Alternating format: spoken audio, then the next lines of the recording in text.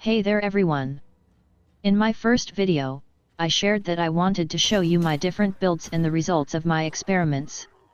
I want to make sure that you understand my thought process and the reasoning behind my choices. My goal is to help you gain knowledge so that you can discover new possibilities, make connections, and optimize your resources. Have you ever come across an interesting build on the internet and tried it out, only to find that it doesn't work as well for you? It can be frustrating when you don't have the necessary items or aspects to make the build work. That's where adapting your build to your needs comes in. By making a few changes, you can achieve your goals faster and have more fun in the process. After all, we play games to have fun, not to be frustrated. Now, let's get to the main topic. At the time of recording, my Barbarian was having difficulty surviving and dealing damage in certain dungeons. I wanted to find a way to minimize the risk of dying while also being able to do enough damage to get better items.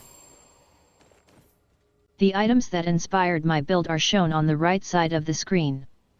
The most important ones are the helm that allows my Whirlwind to pull enemies together, the two-handed mace that increases my damage against stun targets, the left one-handed axe that creates an earthquake after using stomp and increases my damage, the top ring that increases the crit chance on Whirlwind the more I use it.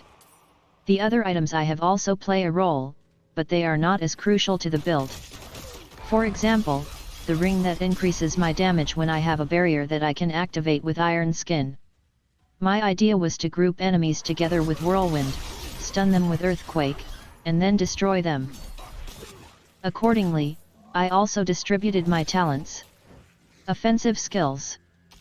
Frenzy for when I don't have enough fury and need to tank a bit, hence the defensive bonus. Whirlwind with increased fury gain because I knew I wouldn't have enough fury to Whirlwind all the time, and with increased damage on Whirlwind. Pressure point as a passive ability to make the enemies vulnerable. Defensive skills. Ground Stomp with increased stun duration and cooldown reduction for my ultimate for each stun target. Imposing Presence, which increases my maximum life by 15%. Rallying Cry to generate additional fury and receive the unstoppable buff against CC effects. Iron Skin as a protective mechanism with integrated healing. Thick Skin as a fortify generator and for damage reduction. Ultimate.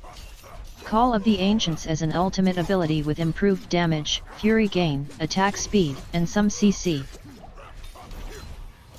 With this build, I was finally able to survive the toughest dungeons and bosses and take on larger groups of enemies.